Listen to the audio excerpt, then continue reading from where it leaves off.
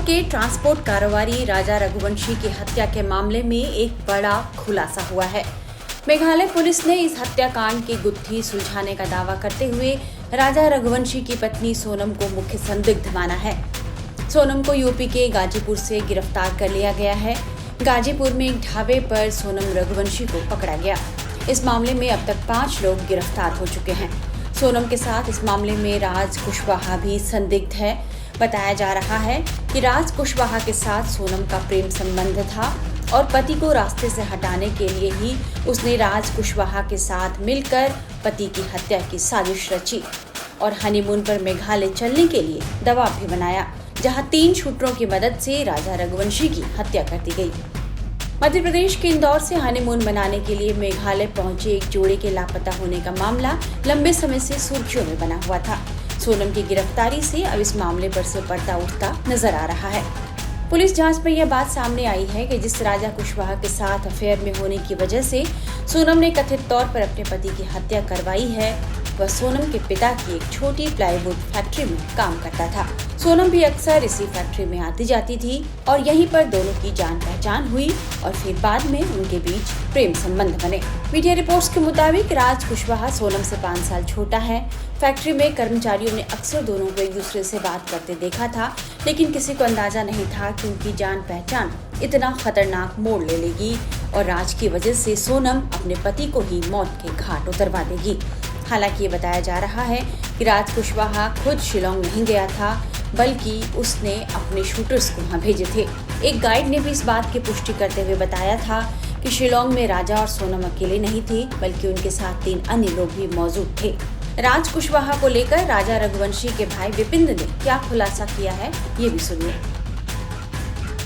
देखिए, इसमें भी जो नया खुलासा हुआ है राज कुशवाहा का, राज कुशवाहा इसमें कभी इन्वॉल्व है, कभी तो राज कुशवाहा तो इनका एम्प्लॉयर था, कभी राज कुशवाहा इसमें इन्वॉल्व है, कभी तो इसमें हो सकता है सोनम इसमें इन्वॉल्व हो सकती है। किसका एम्प्लॉय था ये? राज कुशवाहा जो है अपने सोनम रघुवंशी जो है उनकी ऑफिस में जो है, इनके ऑफिस में एम्प्लॉयर है, इसलिए।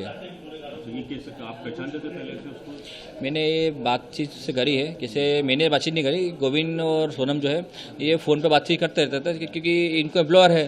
जब कोई भी एम्प्लॉयर जो है फ़ोन लगाएगा कभी तो बातचीत तो करते रहता ही है। तो किस तरह का ये काम था, इनका कामकाज बिजनेस क्या था? सोनम का जो बिजनेस था वो किस तरह का, किस चीज़ का बिजनेस था? सोनम का बिजनेस जो है इनका अपने टिक वगैरह बिजनेस इनका है, सरमाइका वगैरह का इसका बिजनेस इनका है। किस तरह का रिश्ता हुआ था, इनके कितने दिन हुए थे? और देखिए, शादी हमारी जो है, इनकी जो रिश्ता है 4 महीने पहले हुआ था इनसे, शादी के पहले। और इसमें दोनों जने खुश थे, दोनों परिवार खुश था इसके अंदर, और दोनों के परिवार के हिसाब से जो है शादी होना चाहिए। दोनों शादी परिवार के साथ धूमधाम से की गई थी हमारे हिसाब से।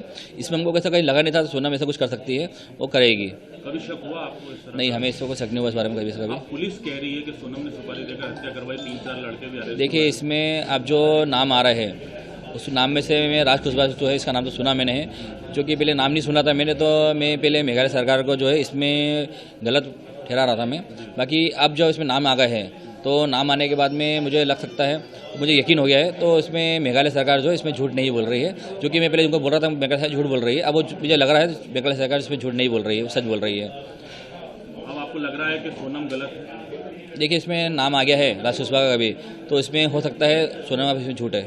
और भी लोग पकड़ाए इसके साथ ही, कुछ पता चला? उन लोगों के नाम मैं जानता नहीं हूँ, इसलिए। अब क्या, किस तरह की आप सजा की मांग करते हैं आरोपी? देखिए, एक आरोपी जिसने मेरे भाई को जिस तरीके से मौत दी है, मैं चाहता हूँ उसी प्रकार से उसकी जो सज़ा, सख्त से सख्त जो सज़ा उसमें जो हो वो प्रशासन द्वारा उसको मिलना चाहिए, मेरी ही मांग है इसमें। पहले कभी शक हुआ था आपको कि इस तरह का जो 3-4 लोग के सीसीटीवी फुटेज आए थे, हिंदी भाषी थे वो लोग? नहीं, सीसीटीवी फुटेज जो आए थे उसमें मैंने फ़ोटो में ये देखा नहीं मैंने था, तो ये 4 लोग कौन है उसमें सिर्फ अपने एक ही फ़ोटो दिखी थी मुझे जो गाइड की थी, इसके अलावा मुझे फोटो में कोई दिखा नहीं था कुछ, इसलिए मैं जानता नहीं इस बारे में। और राज कुशवाहा को जो मैंने आज तक कभी देखा नहीं है, सिर्फ नाम सुना मैंने। हालांकि सोनम के पिता अपनी बेटी को बेगुनाह मानते हैं। उन्होंने इस मामले में सीबीआई जांच की मांग की है। मेरे को सोनम का गोविंद से पता चला है। सोनम का गोविंद जी से पता चला है। गोविंद जी का फोन आया था कि सोनम अपने को मिल गई है। तो गाजियाबाद कोई होटल थी वहाँ पे, होटल के पास में वो होटल वाले से उसने फोन लगा के उसके भाई को बोला है। होटल पे उसके भाई होटल वाले ने फोन दिया है उसको, सोनम को। तो क्या बोलते हैं, उसके भाई से बात हुई फोन पे, ठीक है ना। इसके बाद में हमको 5 बजे, सुबह 5 बजे हमको पता चला है। हाँ, तो गोविंद जी गोविंद जी शिलोंग में है। शिलोंग में थे, शिलोंग से निकल चुके हैं वहाँ के लिए। शिलोंग से निकल चुके हैं, 7 बजे 7:30 की उनकी फ्लाइट थी, 11 बजे वो हम पहुँच जाएंगे सोनम के पास में। तो ये जो आपके पास रात को जो आपकी बात हुई थी, तो वो गोविंद ने क्या कहा था, पूरी क्या बात बताई? गोविंद ने बस इतना ही बोला था कि पापा बिट्टी मिल गई है, माने छोरी मिल गई अपनी सोनम, और वो बहुत ज्यादा रो रही थी। हाँ। अच्छा, कौन लोग साथ थे? अपील करना चाहेंगे आप? सरकार से मेरी यही एक ही हाथ जोड़े की निवेदन है कि सीबीआई की मेरे को जांच चाहिए, माने चाहिए, वो मैं पीछे नहीं हटूंगा उस चीज से। मेघालय पुलिस कह रही है कि आपकी बेटी ने कुछ लड़कों के साथ षड्यंत्र करके राजा की हत्या की। वो गलत बोल रही है। क्यों? वो इसलिए गलत बोल रही है क्योंकि वहाँ की पुलिस फंस रही है।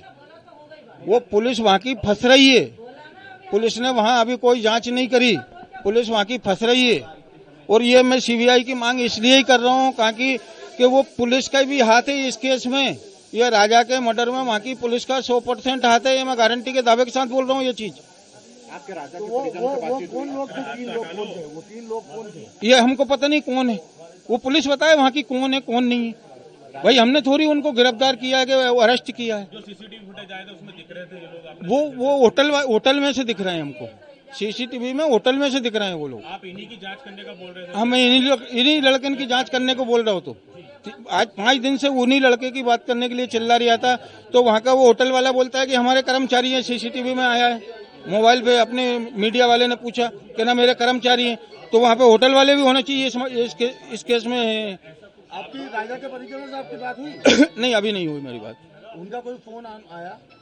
अभी मेरे पास तो अभी फोन नहीं आया क्योंकि वो लोग वहाँ गए हुए हैं, सोनम के पास गए हुए हैं। वो जो उनका राजा का भाई है वो गए हुए हैं सुबह के। अच्छा, इंदौर से सोनम और राजा दोनों ही गए थे या और भी कोई दोस्त गए थे साथ? सिर्फ यहाँ से ये दोनों ही जने गए थे। अच्छा, ये अरेंज मैरिज थी? नहीं, हम लोगों ने शादी करी थी, माने गार्डन लेके नहीं। हाँ, 3 महीने पहले हमने संबंध कर लिया था। नहीं, पहले से नहीं जानते थे, कोई किसी को नहीं जानता था। और हमारे बच्चे ऐसे थे भी नहीं किसी से फालतू बातचीत करें, क्योंकि वो तो काम वाली बच्ची थी, धंधे वाली लड़की थी। उसको दूसरे आदमी से सुबह यहाँ से भाई के साथ ऑफिस जाना, ऑफिस से घर आना। आप लोगों ने रिश्ता किया था, तो कैसे रिश्ता हुआ था इन दोनों का? बहुत बढ़िया हंसी खुशी से रिश्ता किया था। बच्चे था अपने राजा के परिवार? हमने ऐसे क्या बोलते हैं, जो हमारे समाज की जो एक किताब रहती है उसमें हम लोग नाम लिखवा देते हैं। रामनवमी के दिन ये भंडारा होता है हमारी समाज का, रघुवंशी कॉलोनी, वो भंडारे में हम लोग नाम लिखवाते हैं कि हमारी बच्ची यहाँ तक पढ़ी है, इतनी उम्र है।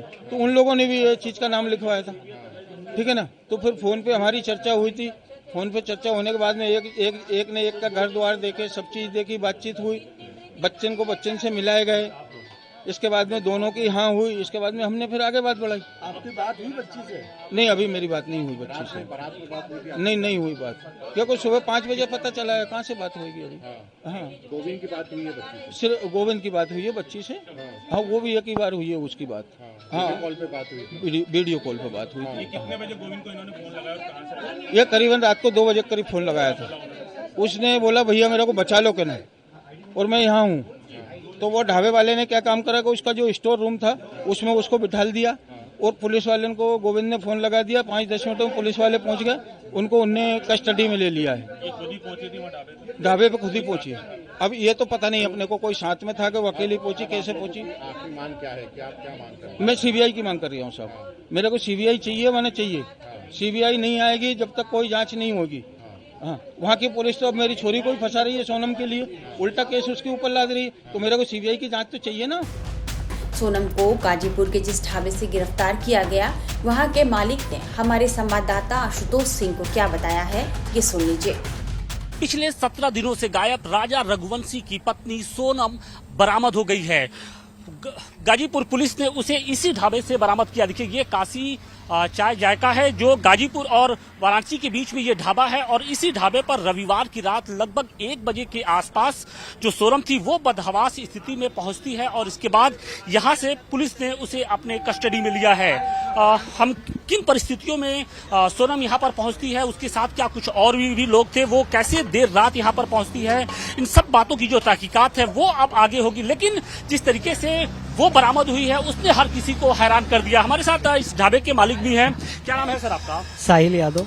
साहिल भाई, ये बताइए कि सोनम कब यहाँ पर पहुंची थी और किस हालात में पहुंची थी? वो रात के 1 बजे के आसपास पहुंची थी यहाँ पे। कैसी हालत थी उनकी? बॉडी कंडीशन तो सही लग रहा था। जब तक वो कॉल पे बात नहीं की थी तब तक बॉडी कंडीशन और चेहरे का रंग भी सही था, और जब कॉल करने के बाद वो रोने लगी थी। तो उन्होंने जब यहाँ पर पहुंची तो क्या बताया, किस स्थिति में थी, कि क्या बदहवास स्थिति में थी, बातचीत कर पाने की स्थिति में थी, और वो कैसे यहाँ पर, किसी गाड़ी वाले ने छोड़ा या पैदल वो आई? पैदल आई थी। पैदल आई भटकते हुए? हाँ। तो क्या बोला उन्होंने आने के साथ? आने के साथ वही बोली कि भैया दीजिए हमको मोबाइल दीजिए अपना, थोड़ा अर्जेंट है, कॉल करना है। तो हम अपना मोबाइल देते हैं, फिर वो अपने भाई को कॉल लगाती है और मतलब हेलो भैया बोलने के बाद वो रोने लगती है, वो सही से बात नहीं कर पाती है। फिर उनके फैमिली से हम बात करते हैं और उनको डिटेल बताते हैं कि वो यहाँ पे है। फिर पुलिस कितने देर बाद आई? कॉल करने के कुछ वही 20-25 मिनट के बाद। तो पुलिस तो उन्होंने क्या बताया, कि क्या उस वक्त आपको मालूम था कि ये सोनम है? हाँ?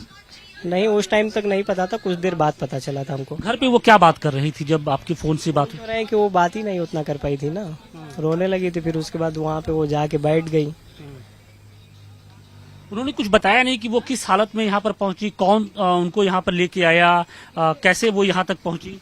हम पूछे तो वही बता रही थी कि इधर पैदल आ रहे हैं, उनको किसी ने मतलब गाड़ी से छोड़ दिया है, ऐसा ही कुछ बताई थी। और फिर वहाँ पे जब वो बैठी थी तो उनसे पूछे तो वही बता रही थी कि मेरा नाम सोनम है और अभी हमारा मई में शादी हुआ था, गए थे घूमने हस्बैंड के साथ, और उसके बाद कुछ लोग किडनैपिंग नहीं, उनका जो जेवर वेवर होता है वो चोरी करने लगते हैं, तो वो मना करती हैं। उसके बाद उनके पति को ऑन द स्पॉट मार दिया जाता है, ऐसा उन्होंने बताया हमको। और फिर उसके बाद वो बोलती हम बेहोश हो गए, फिर यहाँ पे हमको कैसे ला के छोड़ा गया इतना हमको कुछ आइडिया नहीं है, इतना ही बता रही थी वो। पुलिस को आपने क्या बताया? पुलिस को हम कॉल किया और बताएं कि सर यहाँ पे एक लेडीज आई हैं। उनके भाई नहीं, हमको मतलब रिटर्न उनके भाई का जब कॉल आता है तो वो बोलते हैं कि आप एक बार लोकल पुलिस को इन्फॉर्म कर दीजिए, हम वहाँ से आ रहे हैं। उनके भाई लोग आते ही होंगे इंदौर से कहीं जो भी। फिर हम 112 पे कॉल करते हैं, पुलिस वाले आते हैं। वो आपकी इस ढाबे पर कितनी देर बैठी थी? Near about 2 hours. क्या उन्होंने ये बताया कि उनके जो हस्बैंड थे उनकी हत्या कर दी गई? हाँ, उन्होंने ही बताया था। इंदौर में ट्रांसपोर्ट का व्यवसाय करने वाले राजा रघुवंशी की शादी 11 मई को सोनम के साथ धूमधाम से हुई थी। दोनों हनीमून मनाने के लिए 20 मई को घर से निकले, लेकिन 23 मई से गायब हो गए। काफी इंतजार और प्रयास के बाद भी दोनों से परिवार वालों का संपर्क नहीं हो सका, तो उनकी खोज पड़ताल शुरू की गई। काफी तलाशी के बाद राजा का शव 2 जून को सोहरा के पास एक गहरी खाई में मिला।